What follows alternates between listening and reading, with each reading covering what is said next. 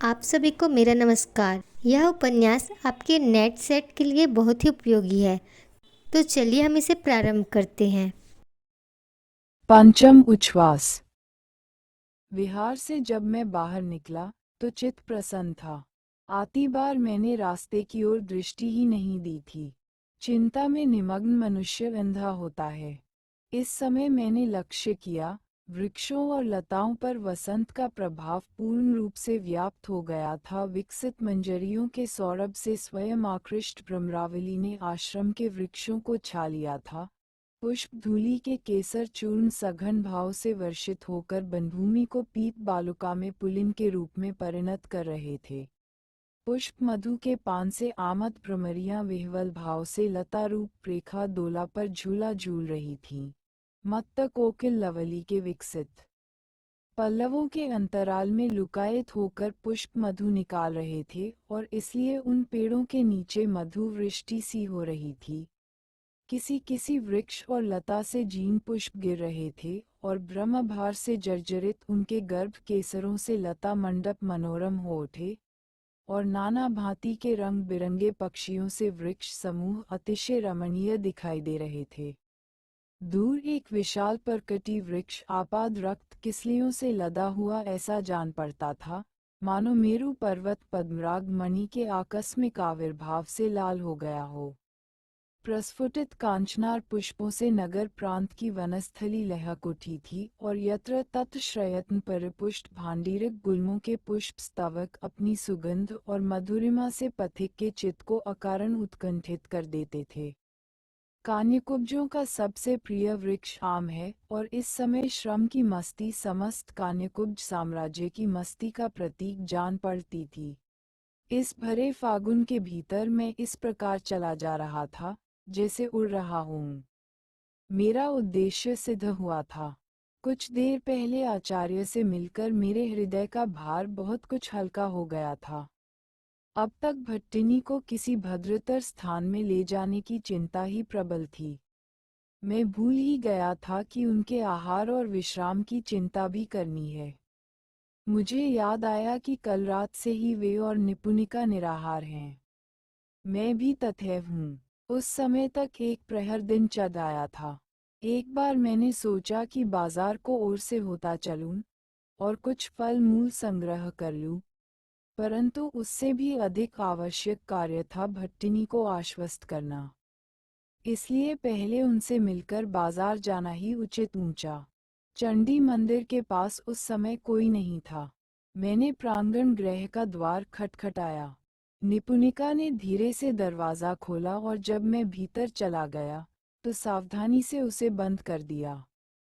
मेरे मन में इस समय संतोष था और प्रच्छन्न रूप से एक गर्व का भाव भी वर्तमान था। मैं न होता तो इन बेचारियों को कितने कष्टों का सामना करना पड़ता। यह अच्छा ही हुआ कि मेरा गर्व उसी समय चूर्ण हो गया। मैंने निपुणिका से पूछा कि भट्टिनी कहाँ है। निपुणिका ने इशारे से मुझे चुप किया और आंगन के कोने की ओर अंगुली निर्देश किया। भट्टिनी स्नान कर एक अत्यंत मामूली वस्त्र धारण करके ध्यानस्थ बैठी थीं।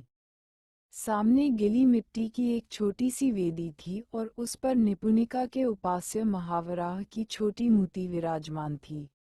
मामूली वस्त्र की पृष्ठभूमि में उनकी शोभा संपत्ति शतगुण समृद्धिशालिनी दिख रही थी। निश्चल ध्यानमग्न भट्टिनी के सामने अंजलिबद्ध सुकुमार करतलों की अंगुलियां इतनी श्रभिराम दिख रही थीं कि भ्रम होता था कि शिखापर्यंत प्रफुल्ल मालती से आच्छादित तरुण अशोक के कोमल किसलय झलक रहे हैं। ध्यान स्तिमित नयनों को देखकर जान पड़ता था कि महावराह की अपूर्व शोभा से विस्मय विमूढ़ होकर दो चपल खंजन शावक चित्र लिखित से स्थिर हो रहे हैं। भट्टिनी के चारों ओर एक अनुभाव राशि लहरा रही थी। मैं थोड़ी देर तक उस शोभा को देखता रहा। मन ही मन मैंने सोचा कि कैसा आश्चर्य है, विधाता का कैसा विरूप विधान है। कितनी कोमल देह लता है और कैसी भारी अनुभाव संपत्ति है। कितना मृदुल हृदय और कितनी कठोर तपश्चर्या है। ऐसे ही रूप को देखकर महाकवि कालिदास के मन में कांचन पद्म धर्मी शरीर की धारणा हुई होगी। ठीक ही है। ब्रवम वपो कांचन पद्म धर्मी यत मृदु प्रकृत्या च ससारमेव च। इस चिंता में मैंने जरूर कुछ अनुचित विलंब किया होगा, क्योंकि निपुणिका ने मुझे धीरे से दूसरी ओर हट जाने का संकेत किया। मुझे अपने इस आचरण पर अकारण पश्चाताप हुआ। पछताने की कोई बात नहीं थी। निपुणिका के साथ मैं दरवाजे के पास आया और धीरे धीरे उससे बिहार में हुई बातों को समझाने लगा। पूरी बात कहने के पहले मैंने थोड़ी भूमिका बांधने का यत्न किया। निपुणिका इस समय कुछ प्रसन्न दिख रही थी। स्नान उसने भी कर लिया था और सारी रात की थकान को बहुत कुछ धो चुकी थी। उसकी कोटशाइनी आंखों में जागर खेद अभी भी झलक रहा था, पर कोई दृढ़ विश्वास उस खेद राग को स्निग्ध कर चुका था। उन आंखों को देखकर मुझे ऐसा लग रहा था कि प्रफुल्ल कांचनार कुसुम पर चंद्रमा की धवल प्रभा पड़ी हुई है। निपुणिका की प्रसन्नता देखकर मुझे संतोष हुआ। मन में जो गर्व था वह जरा और ऊपर उठकर धरातल पर आ गया। अपना महत्व प्रतिष्ठित करने के लिए ही मानो मैंने बातचीत शुरू की। नियुनिया, कल सौभाग्य से मुझसे तेरी मुलाकात हो गई। हाँ भट्ट, मैं सोचता हूँ कि कहीं तो अकेली ही भट्टिनी को लेकर इधर आई होती तो कितना कष्ट होता। सो तो होता ही। इस समय मैं जो कुछ कर रहा हूँ उस समय उतना भी तो नहीं हो पाता। इतना तो हो जाता भट्ट। कौन करता भला? पुजारी। पुजारी एक, पर तू तो पुजारी से डरी हुई थी नियुनिया। पुजारी जैसे मूर्ख ऋषिकों से डरती तो नियुनिया आज से 6 वर्ष पहले ही मर गई होती भट्ट। पर तू प्रत्यूष काल में डरी हुई जरूर थी। सो तो थी ही। तो तू किससे डरी थी भला? तुमसे। मुझसे? हाँ भट्ट, तुमसे। तो मुझसे क्यों डरी थी नियुनिया? क्या बताऊं भट्ट, मेरी जैसी स्त्री तुम्हारे जैसे पुरुष से क्यों डरती है? ये बात अगर आज तक तुम्हारी समझ में नहीं आई तो अब नहीं आएगी। मैं सचमुच हैरान था। निपुणिका को मुझसे डरने की क्या बात थी? निपुणिका ने ठीक ही कहा था। मैं आज तक उस अज्ञात कारण को ठीक ठीक नहीं समझ सका। अनुमान से कुछ समझता जरूर हूँ, पर अब मुझे अपनी समझ पर भरोसा कम ही है। मैंने आश्चर्य के साथ निपुणिका को देखा और हारे हुए की तरह बोला, तो नियुनिया, मैं चला जाऊं? निपुणिका हंसी। उसकी आंखों में जैसे एक प्रकार की चुहल थी। बोली, यही तो डर की बात है भट्ट, कि कब तुम किस बात पर कह उठोगे कि मैं चला। अजीब पहेली है। मैंने कुछ देर चुप रहने के बाद कहा, नियुनिया, मैं हार मानता हूँ। डरती भी हो और मेरा नहीं समझता। मेरी कोई जरूरत भी नहीं थी। मुझसे तुम चला जाना ठीक भी नहीं है। मैं कुछ भी। निपुणिका की आंखों में एक अद्भुत आनंद खेल रहा था। बोली, यही तो तुम नहीं समझते कि कौन हारता है। यदि तुम समझ लेते कि कौन हारता है तो ये भी समझ लेते कि कौन डरता है। भट्ट, तुम भोले हो।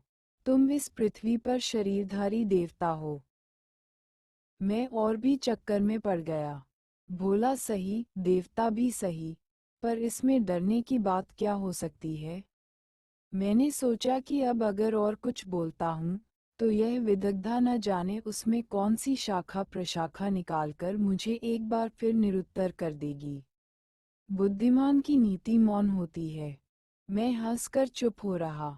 निपुणिका हंसती रही चुपचाप। मैं भी हंसने लगा। फिर प्रसंग बदलने के लिए मैंने कहा, सुन नियुनिया, भट्टिनी के लिए कोई अच्छी व्यवस्था आज ही हो जाएगी, परंतु इस समय उनके आहार आदि की चिंता करनी है। कल ही भट्टिनी ने राजभोग खाए हैं, आज एकाएक उन्हें रूखा सूखा अन्न नहीं देना चाहिए। निपुणिका प्रसन्न थी। उसने मेरी बात को इस प्रकार सुना मानो उसका कोई महत्व ही न हो। भट्टिनी के लिए कोई उत्तम व्यवस्था हो जाएगी, ये बात मानो वह पहले से ही जानती थी।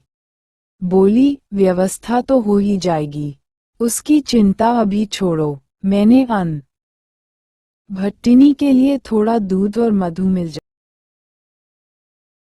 प्रस्तुत कर लिया है। भट्टिनी के लिए थोड़ा दूध और मधु मिल जाता तो उत्तम होता, परंतु इस समय देर करोगे तो अनर्थ हो जाएगा। जाओ, जल्दी स्नान करके आ जाओ। भट्टिनी तुम्हें खिलाए बिना अन्न ग्रहण नहीं करेगी। मैं जैसे आकाश से गिरा। बोला, सो क्या न्यूनिया, भट्टिनी जब तक आहार नहीं कर लेती तब तक मैं कैसे भोजन कर सकता हूँ? मैं अकिंचन सेवक। निपुणिका ने इशारा किया कि जोर से न बोलो। फिर धीरे धीरे बोली, भट्ट, इस छोटी गिरस्ती में तुम ही श्रेष्ठ व्यक्ति हो। तुम पुरुष हो, तुम ब्राह्मण हो, तुम पंडित हो, तुम देवता हो। तुम्हें भोजन कराए बिना भट्टिनी अन्न ग्रहण कर सकेंगी भला?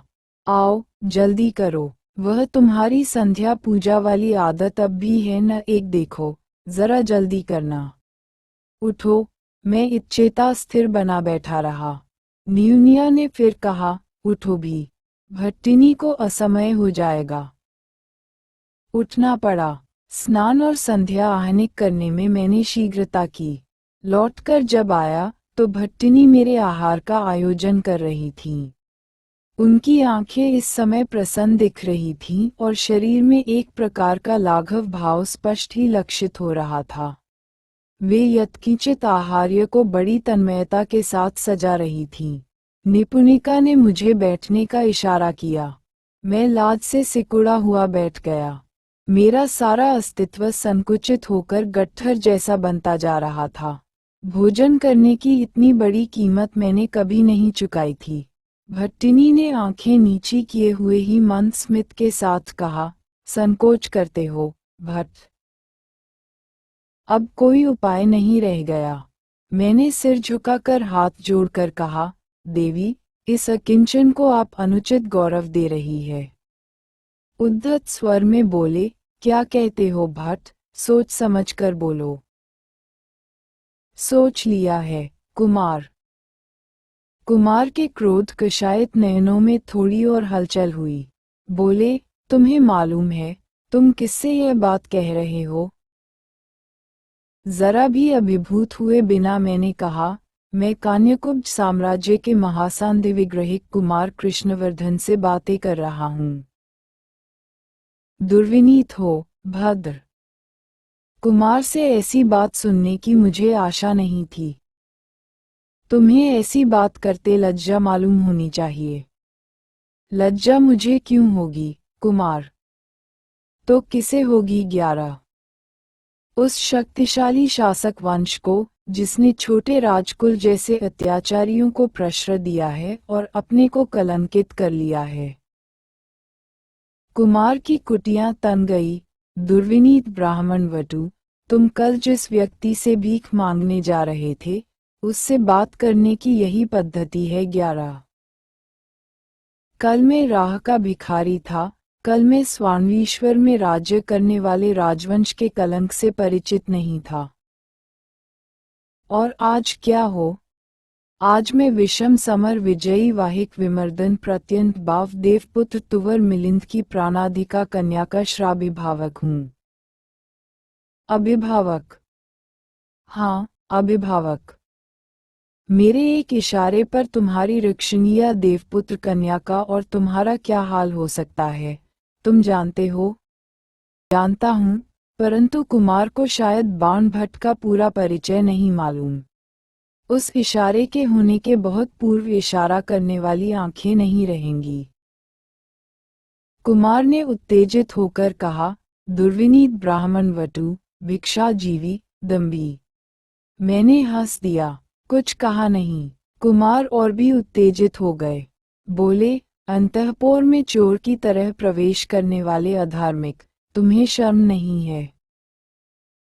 मुझे स्थानवीश्वर के लंपट राजकुल के अंतःपुर के विषय में श्रद्धा नहीं है। जहाँ चौर्य लब्ध अत्याचारिता वधुएं वास करती है, उस अंतःपुर की कोई मर्यादा नहीं होनी चाहिए। ऐसे अंतःपुरों को प्रश्रय देने वाले शर्म करना चाहें तो करें, उन्हें शोभा दे सकता है। कुमार, साम्राज्य गर्व में अंधे न बनो। स्थानवीश्वर ने राजलक्ष्मी का अपमान किया है, और ब्राह्मण पर तुम्हारा कोप व्यर्थ है। वह न भिखारी होता है, न महासांधि विग्रहिक। वह धर्म का व्यवस्थापक होता है। मैंने जो कुछ किया है, उससे न मैं लज्जित हूँ, न मेरा ब्राह्मणत्व कलुषित हुआ है। मैं देवपुत्र तुवर मिलिंद की मर्यादा का पूर्ण जानकार हूँ और निर्भय भाव से फिर कहता हूँ कि स्थानवीश्वर के राजवंश ने अपने को पूज्य पूजन के अयोग्य सिद्ध किया है। देवपुत्र नंदिनी इस राजवंश को घृणा करती है। कुमार कुछ चिंता में पड़ गए। उन्हें मेरी बात में कुछ सार मालूम पड़ा होगा। थोड़ी देर के लिए वे भेदक दृष्टि से मुझे देखते रहे। इसी समय कुमार के उत्तेजित स्वर को सुनकर आचार्य पाद वहां आए। उन्हें देखकर हम दोनों उठ खड़े हुए। झगड़ते समय हम दोनों ही भूल गए थे कि वस्तुतः हम आचार्य की आज्ञा पालन करने के लिए निमित्त हुए हैं। आचार्य ने आते ही पहले मुझसे कहा, क्यों बेटा, तूने कुछ अनुचित कह दिया है क्या? कुमार, कृष्ण जैसे सज्जन को तूने क्यों उत्तेजित किया? ऐसा भी करते हैं। ऐसा कहकर उन्होंने मेरा माथा सहलाया और कुमार की ओर बढ़कर बोले, कुमार, उत्तेजित क्यों होते हो? वत्स, बाणभट्ट नादान है, राजोचित सम्मान करना नहीं जानता। उसकी बात का अर्थ भर समझो, शब्द व्यवहार पर न जाओ। फिर उन्होंने बड़े प्रेम से कुमार की पीठ पर थपकी दी। बोले, बैठो। आचार्यदेव आसन पर और हम दोनों कुटिम भूमि पर बैठ गए। कुमार ने ही पहले शुरू किया, आर्य, बाणभट्ट स्थानवीश्वर के राजवंश से घृणा करते हैं। आचार्य ने मेरी ओर ताका में आश्चर्य मुद्रा में कहा, शांत पापा। हाँ बेटा, तूने यही कहा है। मैंने शांत भाव से कहा, आर्य, देवपुत्र तुवर मिलिंद की कन्या को अपमानित करने वाले राजकुल को प्रश्रय देने वाले राजवंश ने अपने को पूज्य पूजन के अयोग्य सिद्ध किया है। मैं देवपुत्र नंदिनी को उस राजवंश से संबद्ध किसी व्यक्ति के गृह में आश्रय नहीं लेने दे सकता। ये बात मैं उनकी अनुमति पाकर ही कह रहा हूँ। मेरा अविनय क्षमा हो, किंतु इस समय मैं अकिंचन बाणभट्ट के रूप में नहीं बोल रहा हूँ, बल्कि देवपुत्र तुवर मिलिंद की प्राणादि का कन्या की प्रतिष्ठा और मर्यादा के रक्षक के रूप में बोल रहा हूँ। बाणभट्ट कुमार का वशंवद है, पर देवपुत्र तुवर मिलिंद के आहत अभिमान के प्रतिनिधि के रूप में आप उससे झुकने की आशा नहीं कर सकते। साधु वत्स, तुमने देवपुत्र की मर्यादा के अनुकूल कहा है। और कुमार, तुम धीर हो, विवेकी हो, तुम्हें स्थानवीश्वर के कलंक पंख को धो डालने का पवित्र कार्य करना है। तुम ही इस कार्य को कर सकते हो। दूध का जला मट्ठा फूंक कर पिया करता है। ना कुमार, तुम्हें आयुष्मती चंद्रदीधीति के सम्मान का ध्यान रखना होगा। एक बार प्रत्यंत देश की ओर देखो। योद्धियों ने सौवीर से गैंगधार तक आतंक फैला रखा है। सम्राट समुद्रगुप्त की कीर्ति आज तक चंद्र किरणों के समान धवल है। परंतु रण दुर्मद योद्धियों का दमन न किया गया, तो सद्धर्म का विनाश अविश्यंभावी है। इस कार्य में देवपुत्र को तुम्हें मित्र बनाना है। उस मित्रता के लिए तुम्हें आयुष्मती चंद्रदीधीति का छंदानुरोध करना पड़ेगा और उसकी विपत्ति के अकारण बंधु बाणभट्ट की वाणी का उचित सम्मान करना होगा। कुमार निर्विकार रहे, शांत भाव से बोले, तो क्या आज्ञा है, आर्य? आचार्य ने कहा, आयुष्मती को उस स्थान से हटाना है, भद्रतर स्थान में ले जाना है, स्थानवीश्वर के कलंक को धोकर उसका विश्वास अर्जन करना है और फिर देवपुत्र को संदेशा भेजना है। वत्स, मैं चंडी मंडप के मूर्ख पुजारी से डरा हुआ हूँ। न जाने वह कब क्या कर बैठेगा। उसकी कोई व्यवस्था तुमने की है, कुमार? कुमार यथापूर्व निर्विकार बैठे रहे, केवल भीगे हुए स्वर में बोले, नागरिक वेश में 5 सशस्त्र सैनिक चंडी मंडप की रखवाली कर रहे हैं। आचार्य ने साधुवाद दिया, फिर कुमार की ओर देखकर बोले, क्या सोच रहे हो, बेटा? तुम्हारा क्रोध क्या अभी शांत नहीं हुआ? अवसर देखकर मैंने विनीत भाव से कहा, कुमार को उत्तेजित करने का अपराध मैंने किया है, आर्य। उसका दंड भी मुझे मिलना चाहिए, परंतु मेरे औद्धत्य से देवपुत्र नंदिनी का कोई अनिष्ट नहीं होना चाहिए। कुमार ने मेरी ओर देखकर कहा, मैं तुम्हारे साहस का प्रशंसक हूँ, भट एक मैंने आज से पहले तुम्हारे जैसे ब्राह्मण को क्यों नहीं देखा, यही सोच रहा हूँ। आचार्य ने प्रेम भरे स्मित के साथ कहा, कभी खोजा था वत्स 11। कुमार ने कहा, नहीं, आर्य।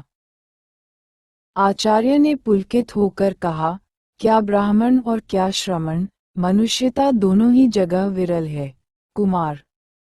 फिर हंसकर कुमार की पीठ सहलाने लगे।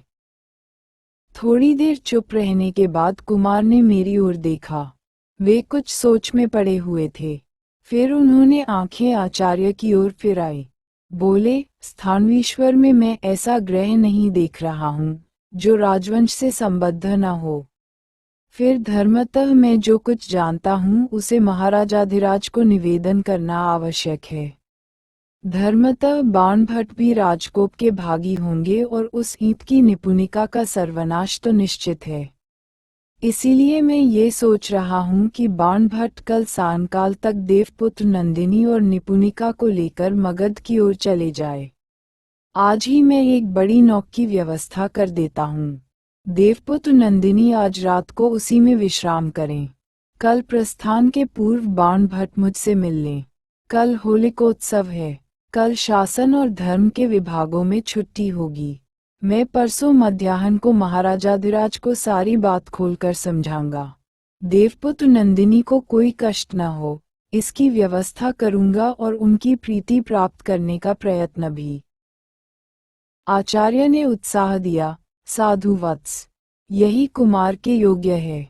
कुमार ने टोक कर कहा, परंतु यह अनुताप मेरे चित्त में कांटे की तरह चुभा रह ही गया, आर्य, कि देवपुत्र नंदिनी ने निर्दोष राजवंश पर कोप किया है। छोटा राजकुल जो पाप कर रहा है, उसका प्रायश्चित यदि हमें इस प्रकार करना पड़ा, तो अनर्थ हो जाएगा। फिर मेरी ओर मारकर बोले, मुझे देवपुत्र नंदिनी के सामने जाने में लज्जा हो रही है। भद्र, तुमने ठीक ही कहा है कि स्थानवीश्वर के राजवंश ने अपने को पूज्य पूजन के अयोग्य सिद्ध किया है, पर ये सब अनजान में हुआ है। भद्र, अनुकूल अवसर पर देवपुत्र नंदिनी को ये समझा देना कि उनकी इच्छा से पूज्य पूजन का यह अवसर भी उस राजवंश के हाथ से निकल गया। यद्यपि साहस नहीं होता, पर मेरी ओर से तुम उन्हें शिविका पर गंगा तीर तक जाने को प्रस्तुत करना। देवपुत्र नंदिनी का जिन लोगों ने अपमान किया है, उन्होंने समस्त स्थानवीश्वर की राजलक्ष्मी को पैरों से ठुकराया है। उसका हिसाब उन्हें देना होगा, परंतु हम किसी भी कार्य में तरल कर्मा होने को नीति विरुद्ध मानते हैं। देखो भट्ट, तुमने देवपुत्र नंदिनी का विश्वाम प्राप्त करने का सौभाग्य पाया है, इसीलिए ये भी आवश्यक है कि तुम तत्र भवती को ठीक ठीक समझा श्रो कि आज ही जो उन अपराधियों के अपराध का दंड नहीं मिलता, सो राजनीति की जटिलता के कारण हुआ है। कुमार कृष्णवर्धन प्रतिज्ञा करता है कि अनीति का उच्छेद करके ही वह दम लेगा। देवपुत्र नंदिनी के अपमान को वह अपनी बहन का ही अपमान समझता है। आचार्य ने करुणाद्र आंखों से एक बार कुमार की ओर देखा। उन्होंने फिर उत्साह दिया, साधु वत्स, साधु। स्थानवीश्वर के प्रतापी राजवंश के उपयुक्त वचन है। कुमार ने कहा, किंतु आर्य, मेरे हृदय में जो कंटक चुभा है, वह जहाँ का तहाँ है। वह पुत्र नंदिनी की किसी इच्छा में बाधक बनना मेरी इच्छा के बाहर है। कुमार कृष्ण ने आज तक इतनी अधिक लज्जा कभी नहीं पाई। आज उस शीर्ण देवायतन के प्रांगण गृह में कुसुम सुकुमार राजकुमारी ने रूक्ष और कदन पर या शायद निर्ण रहकर जो समय व्यतीत किया, उसकी बात याद आती है तो मेरा संपूर्ण क्षत्रियत्व उबल पड़ता है। मैंने बहुत प्रयत्नपूर्वक अपने को दबाया है। मुझे दुख है कि मैं इस विषय में कुछ कर नहीं सकता। मेरा प्रत्येक कार्य देवपुत्र नंदिनी के संदेह को उद्रिक्त कर सकता है। मेरा रोष और भी उग्र हो जाता है जब मैं सोचता हूँ कि यह उस देवपुत्र तुवर मिलिंद की कन्या है, जिनके दौदंड के प्रताप से रोमकपत्तन के उत्तर के देश कांपते हैं, जिनकी खरतर वसी धारा स्रोतस्विनी में शाक पार्थिव जैसे पार्थिव फेन बुदबुद की भांति बह गए, जिनकी प्रतापाग्नि ने उद्दंड बाहरिकों को इस प्रकार तोड़ डाला जैसे क्रीड़ाप्रायण शिशु छत्रक दंड को तोड़ देते हैं, और जिनकी स्फूर्जित दीप्ति की त्रिवेणी में प्रत्यंत सामंत स्वयं पतंगायमान हो रहे हैं। उस विषम समर विजयी अज्ञात प्रतिस्पर्धिम विकट देवपुत्र तुवर मिलिंद की कन्या को दुर्दशापन देखकर भी मैं जो कुछ सहायता नहीं कर सकता, यही विशाल शल्य मेरे आहत चित्त से निकल नहीं रहा है। मेरा यह अनुरोध आप पालन कराए, आर्य की तत्रभवती गंगा तट तक जाते समय पैदल न जाए और मेरी भेजी हुई शिविका के व्यवहार में संकोच न करें। कुमार कृष्णवर्धन को तत्रभवती का भाई होने का गौरव मिलना चाहिए। कुमार के प्रभास्वर मुखमंडल से कभी रोष, कभी क्षोभ, कभी ग्लानि और कभी बेबसी के भाव टपकते रहे। दिनातकालीन मेघ मंडल के समान उनके आर्द्रार्द्र मुखमंडल पर अनेक रंग आए और गए। आचार्यपाद ने मेरी ओर देखकर कहा, वत्स, मेरी ओर से कुमारी से अनुरोध पालन करने का प्रतिवेदन करना। मैं गंगा तीर पर उससे मिलूंगा। अब तुम जाओ।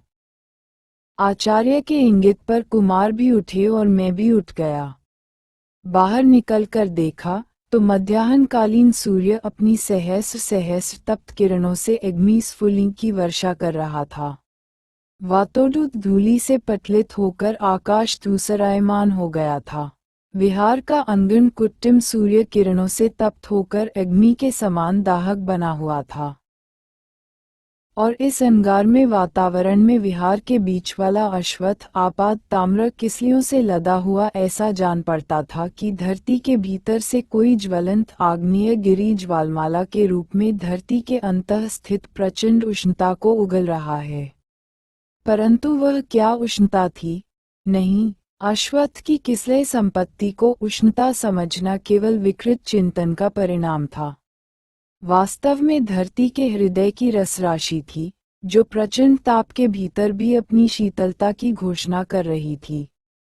कुमार कृष्णवर्धन के हृदय स्थित शीतल प्रेम धारा को भी मैंने जो उष्णता समझ लिया था, यह मेरे विकृत चिंतन का ही परिणाम था।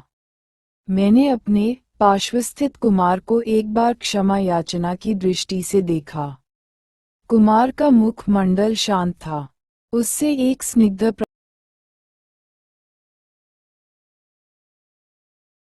और इस अंगारमय वातावरण में विहार के बीच वाला अश्वत्थ आपात ताम्र किसलियों से लदा हुआ ऐसा जान पड़ता था कि धरती के भीतर से कोई ज्वलंत आग्नेय गिरी ज्वालमाला के रूप में धरती के अंतः स्थित प्रचंड उष्णता को उगल रहा है। परंतु वह क्या उष्णता थी? नहीं, अश्वत्थ की किसलय संपत्ति को उष्णता समझना केवल विकृत चिंतन का परिणाम था।